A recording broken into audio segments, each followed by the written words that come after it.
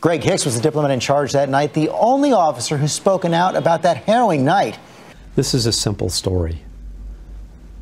Ambassador Stevens went to Benghazi to do his job, and he was attacked while he was there. There were 5 diplomatic security agents with Ambassador Stevens and Sean Smith. There are at least 20 hostile attackers in the compound. About an hour after the attack began, the heavily armed CIA team arrives at the mission.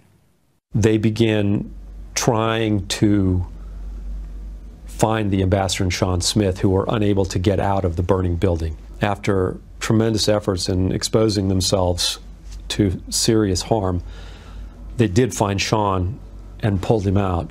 Unfortunately, he was already dead. By this time, there's a second wave of attackers and looters coming to the compound. Many, many more people than they could, dozens, perhaps hundreds. There's no way that 10 or 11 guys who were there can hold that off. So the decision is made to evacuate. They have to ram their way out of the compound. They are immediately brought under fire, including heavy machine gun fire.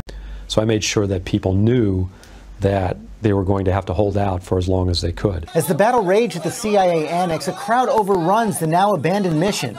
Some Libyans locate Ambassador Stevens clinging to life and rush him to a local hospital. Meantime, a team of reinforcements from Tripoli, military and CIA security, has arrived at the Benghazi airport.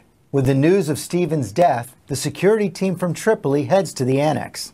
And soon after they get there, the attack on the annex is renewed, and then the mortars come in. Those are the rounds that kill Ty and Glenn. The American people need to have this story, and Ambassador Chris Stevens, Sean Smith, Ty Woods, and Glenn Doherty's names are names that should be remembered by every American for the sacrifices that they made. Could those 4 American heroes have been saved? Sadly, I think that Ambassador Stevens and Sean Smith, maybe not. Ty and Glenn, of course, were killed in the mortar attacks that took place 8 hours after the initial attack. It's possible they could have been saved, I think.